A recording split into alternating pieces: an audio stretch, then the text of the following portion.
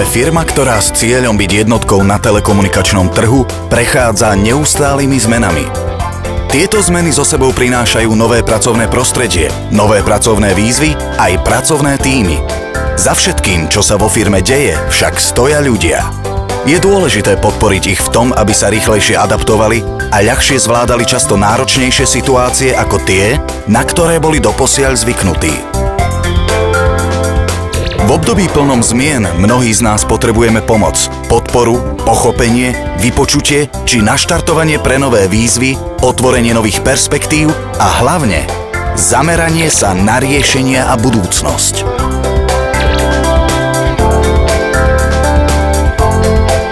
Coaching je rozvojový nástroj, ktorý ma dokáže pohnúť z miesta.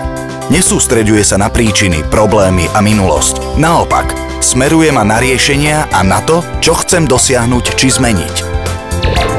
Navyše coaching a coach pracuje aj s tým, čo má v sebe ukryté, čím disponujem. Coaching ma podnecuje k využitiu vlastných zdrojov a potenciálu. Predpokladajme teda, že v Slovak Telekome ubehol nejaký čas a nám sa už podarili mnohé aktivity na podporu coachingovej kultúry. Ako to potom bude vyzerať? Si predstavte, že vás vaši kolegovia a vaši nadriadení minimálne o 20% viac počúvajú, kladú vám otázky, ktoré vám zrazu objasnia situáciu, prípadne prinesú vám vo vašej mysli riešenie, na ktoré ste už dlho nevedeli prísť a máte odpoveď. Tiež máme veľa koučujúcich manažérov, ktorí coaching považujú za prirodzený nástroj na riadenie a rozvoj svojich ľudí a tímov.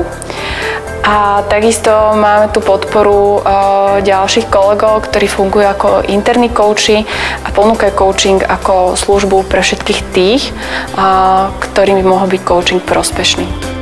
To je príťažlivý cieľ. A kde sa na ceste k nemu nachádzame teraz? Čo sa nám už podarilo?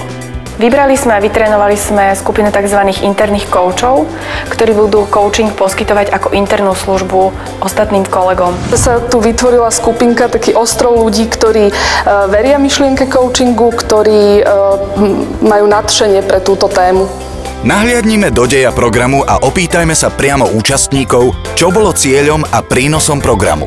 Cieľom programu bolo dať nám do ruky nástroj, coaching, určitú metódu, ktorá nám ďalej pomôže rozvíjať iných ľudí a v neposlednom rade podľa mňa aj seba samého.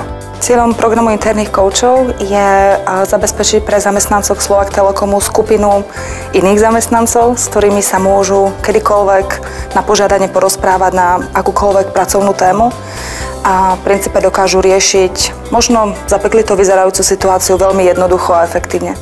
Cieľom bolo veľa koučovať, či z pozície kouča alebo koučovaného, či v našej skupinke, alebo aj s kolegami z firmy.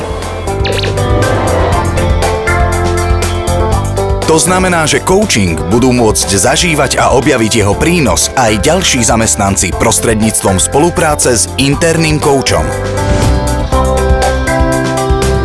Myslím, že priniesol práve také poznanie a na vlastnej koži toho, čo coaching je. Veľkým prínosom bolo práve to, že nie len interní kouči, ale aj ich kolegovia v roli ich koučovaných partnerov si mali možnosť toto na vlastnej koži zažiť.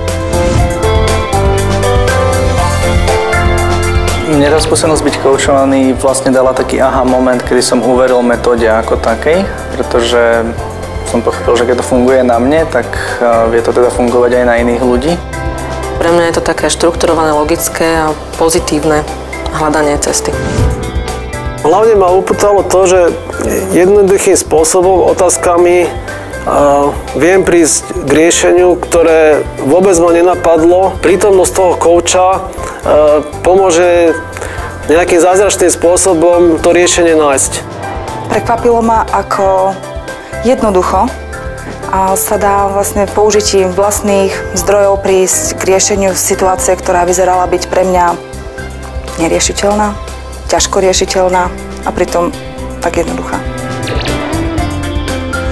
Spustili sme program na rozvoj coachingových zručností aj pre zamestnancov v regiónoch.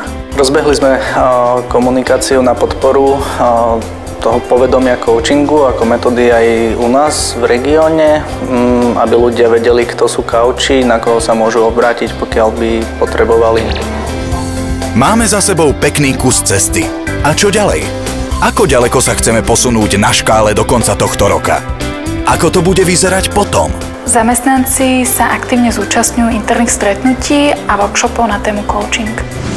Ponúkame nielen individuálny, ale aj skupinový coaching. Bude známa skupina interných koučov, ktorú budú ľudia spontánne a radi oslovovať.